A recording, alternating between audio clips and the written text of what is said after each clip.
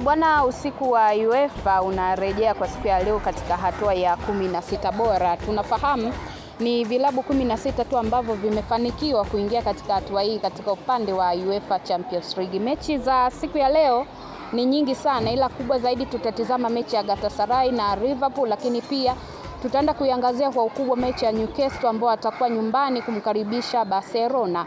Utakuwa nami Neema Kayugwa, nitakuongezea kipindi hichi, lakini pia usisahau nitakuwa na Ahmed Ali ambaye atahakikisha wewe unapata uchambuzi kuelekea kwenye michezo hii, nini wakifanya makocha wa timu zote mbili, lakini pia wachezaji. Yuko hapa Ahmed Ali. Tukutane na tunarejea muda si mrefu.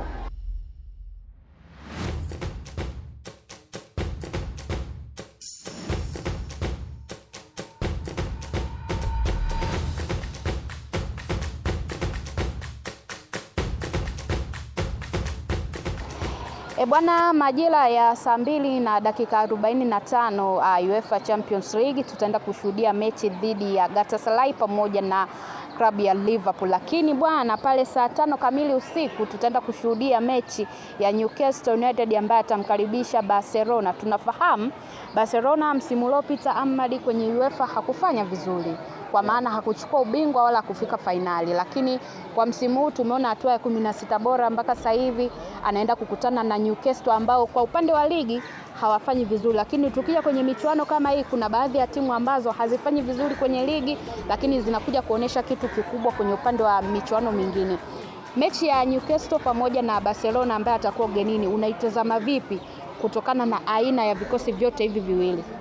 Kwanza kabisa ni mchezo ambao utakuwa ni mzuri, mchezo ambao utavutia mashabiki kwa kiasi kikubwa. Ni mchezo ambao Barcelona ataingia kwa kuhitaji matokeo kwa nguvu zaidi, lakini tukija kuangalia Newcastle nao wataingia kwa kudefend zaidi pia na kutafuta kufanya mashambulizi ya kushtukiza, kwa sababu tunamuona Newcastle pia akiwa anacheza uwanja wa nyumbani. Leo Newcastle yuko nyumbani, yuko St James Park katika ile jiji la St James pale katika ule uwanja.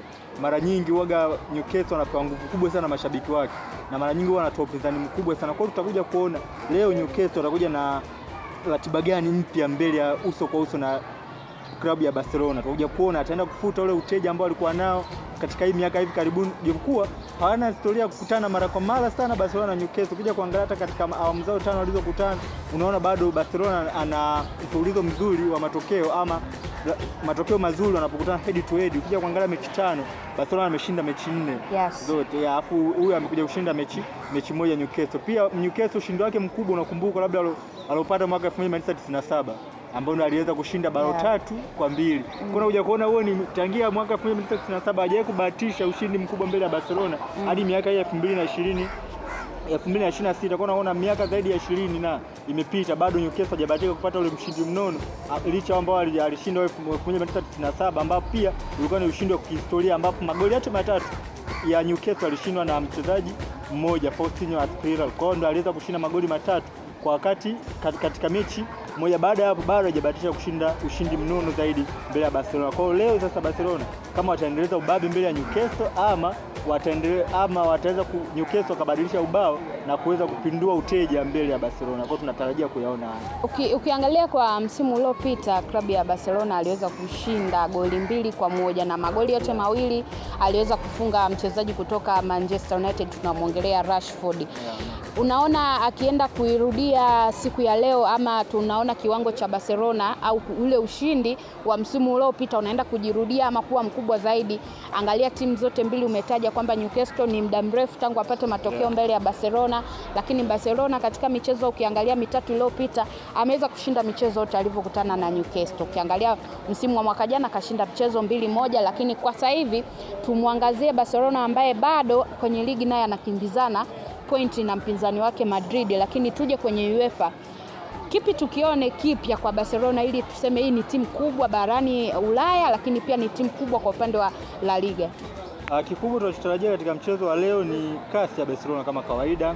Kama unavyojua kocha Barcelona mara nyingi anapenda ule kumiliki mpira. Kawaida kwa tutakuja kuona kumiliki mpira katika dimba la katikati katika mechi ya leo.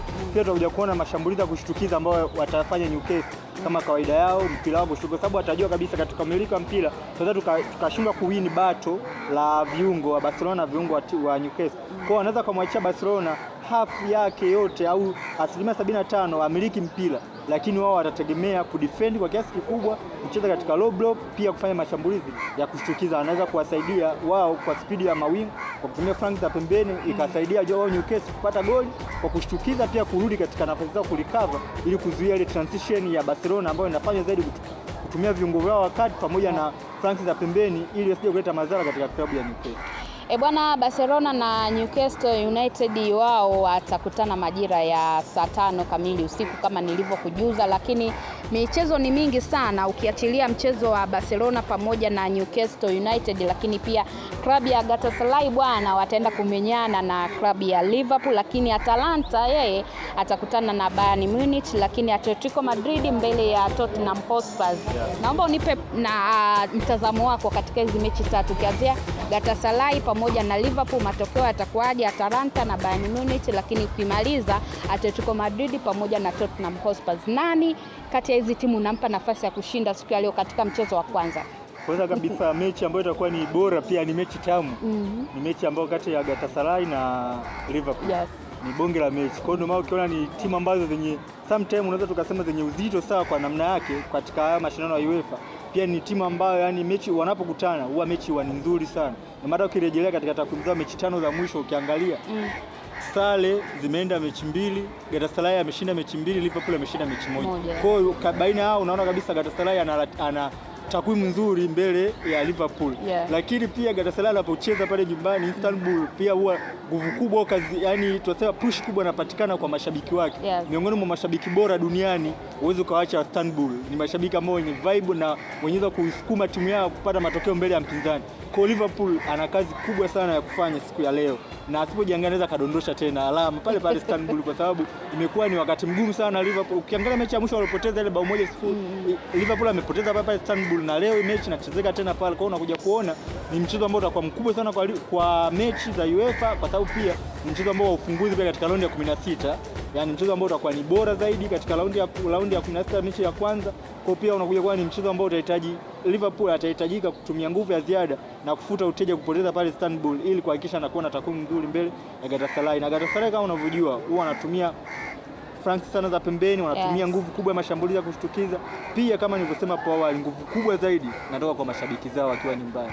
Ni mechi yenye mvuto na itakuwa ya kupendeza zaidi siku ya leo. Mchezaji gani? Bila kusahau matokeo prediction kwa upande wangu, game inaenda sare 1-1. Sawa, umetoa kwamba Galatasaray pamoja na Liverpool atatoka bao 1-1. Tumalizie kwa Tottenham Hotspur na Atletico Madrid, nani unampa ushindi? Direct kwa upande wangu yani, na ukiangalia level ya vikosi viwili hapo katika hiyo mechi Atletico anapata ushindi. Sawa, mtazamaji wa FJ TV, natumaini umepata yale ambayo ulihitaji kuyafahamu, lakini pia kama kuna mengine ulihitaji kuyafahamu na hujasikia hapa, basi endelea kufuatilia FJ TV. Leo ni usiku wa UEFA unarejea katika hatua ya 16 bora. Tumekutajia mechi ambazo zitaenda kuchezwa, lakini kubwa zaidi, mechi kubwa ambayo inasubiriwa na inaangaliwa na watu wengi sana, huenda ikawa ya Liverpool au Galatasaray au Barcelona ambaye ataenda kuminyana na Newcastle United. Ulikuwa nami Neema Kayugwa mtangazaji wako, lakini pia nilikuwa na Ahmed Ali ambaye amekupitisha kwenye uchambuzi zaidi.